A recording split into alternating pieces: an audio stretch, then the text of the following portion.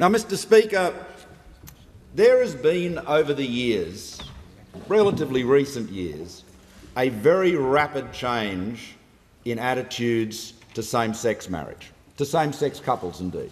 And all of us have seen the way in which one discrimination or disadvantage for same-sex couples was removed, whether it was initially with respect to social welfare legislation, pensions legislation. I remember very well the debate within the Howard government in its last year about whether same-sex couples should have equal rights in respect of Commonwealth and Defence superannuation. And to John Howard's great credit, he supported that change and took it to the 2007 election. So there has been a series of changes over time, and the one issue that has not been addressed is the issue of marriage. Indeed, I remember discussing this point with President Bush many years ago at the time of APEC in 2007, when we were discussing what were the big moral issues in Australian politics. And we talked about this issue of equal access to superannuation. And I remember the President said, well, those are all issues of financial fairness. The big moral issue is the one about marriage. And we have to respect that it is a very big moral issue. It is an issue of conscience. It is an issue of conscience for millions of Australians who have different views on it, and sincerely held views. And it is vital that we respect all of those views in this debate. And I'd say to all honourable members, it is utterly wrong. It is utterly wrong, and it shows dreadful leadership on the part of parliamentarians to characterise those people who do not believe the parliament should change the Marriage Act to allow same-sex couples to be married, to characterise them as being homophobic, as hating homosexuals. It is this is so often being injected into the narrative at the moment. It is profoundly disrespectful. Some of the remarks the Leader of the Opposition has made, to which I won't repeat them, to which great exception has been taken, he should not repeat. We have to respect there are sincerely held views on this issue. They are views very often informed by deeply felt conscience, informed by religious commitment, very often informed by faith. We have to respect, and we must respect, and I can say the government respects, the diversity of views on this issue. Now, as it happens, as honourable members are aware, my view and that of my wife Lucy is that the law should be changed to allow same-sex couples to marry. We have been married for over 36 years, and we do not believe that if same-sex couples are allowed to have their union recognised as marriage, we do not believe that will undermine our relationship of long standing. I believe there are great threats to marriage in our society, and I say, Mr Speaker, from the bottom of my heart, that our society would be stronger if more people were married and there were fewer divorces. If there was something we could do to make families happier, it would be a wonderful thing. We know that the breakdown of the family unit is one of the great causes of hardship, of poverty, of so many of our social ills. So we are a party, we are a government, and I'm sure the opposition joins with us on this. We are a parliament committed to marriage, and we are committed to people supporting each other and sticking together, and working hard and supporting their children and their families and enabling their dreams. And that is why I support same-sex marriage. David Cameron summed it up very well some years ago when he said, I support same-sex marriage not despite being a Conservative, but because I am a Conservative, because we value commitment. So that is where I stand, that is where Lucy stands. And when the plebiscite is held, we will be voting yes. But there are many other Australians who are equally filled with love, equally respectful of gay couples, equally respectful of the families of gay couples, of same-sex couples, who will in thoroughly good conscience vote no. And they will do so not because they disrespect gay couples, not because they disrespect the couple that was in the house yesterday with their little boy. They'll do so because of a deeply felt conscience. It is a matter of conscience, and we should respect it.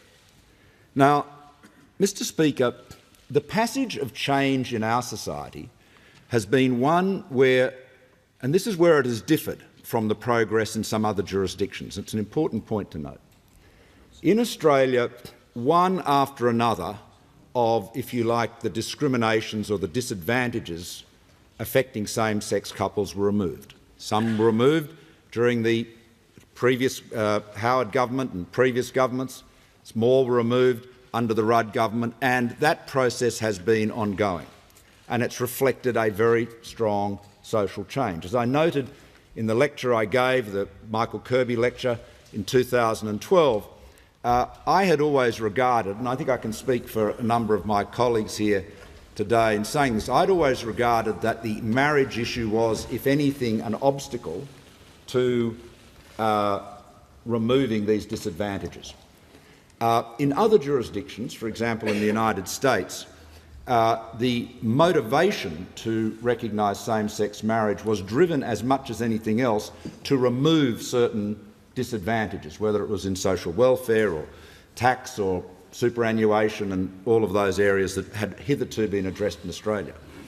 So we progressed in Australia, I would say, in a characteristically Australian pragmatic way, and we dealt with the issues, the Heriock issues that were addressed in the early years of the Rudd government were a good example of that, a long list of matters that were dealt with and were supported in a bipartisan way. Now, we come now to this issue of marriage. It is a very, very heartfelt one. It is a matter of conscience. It is a matter of faith for many people, and it is one we must respect. Now, let me deal with the arguments that have been addressed against the plebiscite. And there have been different views held on the plebiscite by many people. The Leader of the Opposition was expressed in support of one some years ago. He's got a different view now. Fair enough. We don't criticise him unduly for that. He's entitled to change his mind. But the fact is this, that the arguments, the two arguments that I think have weight against a plebiscite are firstly that it is not part of our traditional parliamentary process, and that is certainly true, and that is why many Conservatives would say that it's too much of a novelty, it's too much of an innovation, if you like. Well, of course, we are in the age of innovation, as I've said before, so that should not be a disqualification. The other one is the cost, but then you have to, and that is substantial, and then you have to ask yourself, what price democracy? And so those are two arguments that are valid. We've dealt with them, we've considered them, we've decided to proceed with the plebiscite. The arguments that are addressed most vocally today by the opponents of the plebiscite are ones that we must reject, because basically the argument against the plebiscite that we hear today is that Australians cannot be trusted to have a civil conversation. That the Australian public are so immature, so unbridled, so reckless, that they cannot be trusted to have a debate and make a decision on this issue. That insults the Australian people. It disrespects the Australian people. If ever there is an issue to be put to a plebiscite, this is one that can be and should be, because it is a very straightforward question.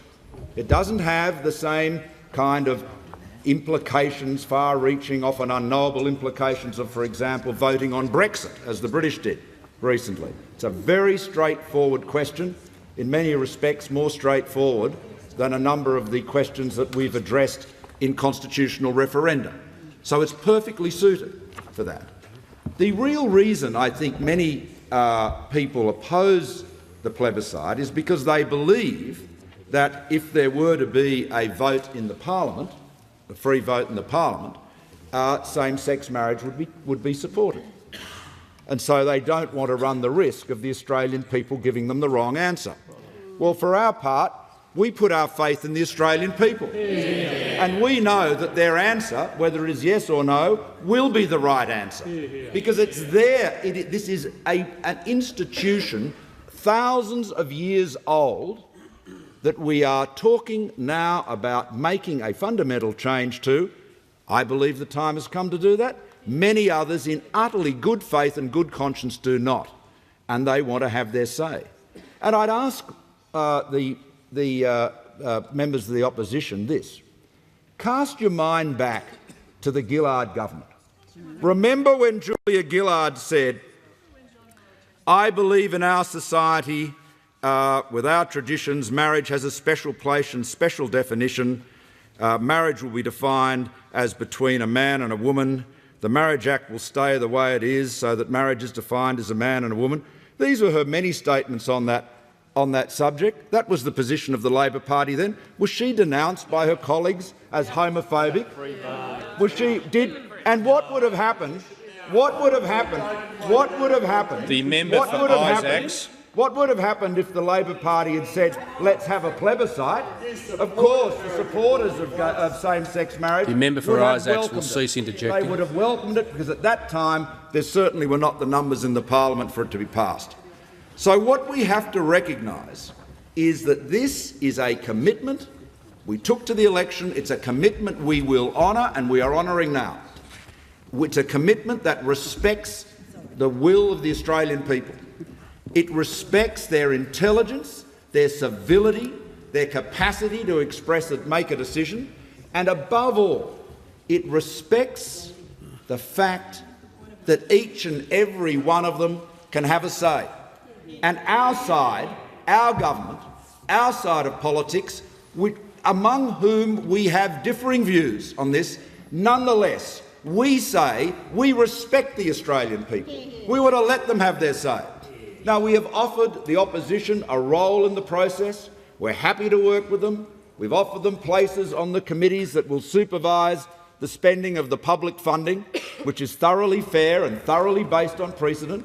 We've offered them every opportunity to be involved, and they should take it up. They should absolutely take it up and be part of this process. Because, Mr Speaker, the best way to ensure same-sex couples can marry is to support the plebiscite. It'll be held on the 11th of February, and if the Australian people support same-sex marriage, as I believe they will, and certainly I will be voting for it, then this parliament will then swiftly, when it returns in 2017, legislate to change the Marriage Act. We put our faith in the people. Now, Mr Speaker, can I turn now to the specific details of the bill? This bill sets out the framework for a national plebiscite to ask the Australian people whether the Marriage Act 1961 should be amended to allow same-sex couples to marry. It's been designed to be as fair and transparent as possible, scrupulously fair, just as we would expect of our elections and referenda. The legislation specifies the exact wording of the plebiscite question to be put to the Australian people. Should the law be changed to allow same-sex couples to marry? This is a simple question. It does not presuppose any particular view. The bill prescribes the date for the vote, Saturday the 11th of February 2017. The date fulfils the government's commitment to hold a plebiscite as soon as practicable. The bill authorises and provides funding for the Australian Electoral Commission to conduct a plebiscite. This will be in the amount of $170 million. That funding will include $15 million to be divided equally between official yes and no campaigns. These will be run by committees composed of parliamentarians and citizens, appointed by the Attorney-General and the Special Minister of State. Each committee will include up to 5 Commonwealth parliamentarians and up to 5 members of the public. The committees will each prepare material for the respective sides of the debate. And as I noted earlier, the opposition will be invited to nominate 2 of the 5 members. In addition, organisations will have reasonable opportunities to pay to broadcast material about the plebiscite. Broadcasting rules in the Broadcasting Services Act and the Special Broadcasting Service Act will be extended to apply to conduct relating to the plebiscite. These rules will also stipulate a blackout period in which broadcasters will be prohibited from broadcasting advertisements about the plebiscite. This too is utterly consistent with the framework for federal elections. As for federal elections, voting will be compulsory and in person, with the usual absentee, postal, declaration and pre-polling opportunities. The bill applies provisions for a number of acts, including the Referendum Machinery Provisions Act of 1984 and the Commonwealth Electoral Act 1918 to ensure this. Voters will be able to cast a valid vote by writing yes or no in the space provided on the ballot paper. The bill provides that the outcome of the plebiscite will be determined by a simple national majority. A simple majority will be achieved when either the yes or no vote receives more than 50% of the votes cast, disregarding informal ballot papers. Mr. Speaker, this plebiscite gives all Australians a say. Advocates on either side of the debate will have the opportunity to put their views fully and freely to the public, to make their case to the Australian people. It is thoroughly democratic. Now, I recognise that there are a range of views in the community on this issue, as I've discussed, and as Prime Minister I'll be encouraging a considered and respectful discussion from all sides. The plebiscite will allow our nation to make a decision on this fundamental, important issue of same-sex marriage. Then, as a nation, we will respect the outcome. If the plebiscite passes, the Parliament will legislate to amend the Marriage Act to enable same-sex couples to marry. Mr. Speaker, in closing, I remind the House, the Parliament, that Australians expect this issue to be resolved in the manner they endorsed at the election. We took this to the election and we won the election. There was no doubt about our policy. There was no doubt about our platform. This was prominently debated every day of the election campaign. Every Australian who took any interest in the election knew that was our policy. We have a mandate for it and the opposition should respect it. I ask the opposition today, I ask the Leader of the Opposition today to support this plebiscite. This plebiscite will give the Australian people the say on this. I ask Labor to respect the people they represent, to respect the people, the Australian people they claim to support and defend. Respect their intelligence, respect their civility, respect their ability to have a discussion about this important matter and resolve it in a manner that is fair, that is democratic and will, at the end of the day, whoever wins, be regarded as a just determination of this important issue. Mr. Speaker, I commend the bill to the House.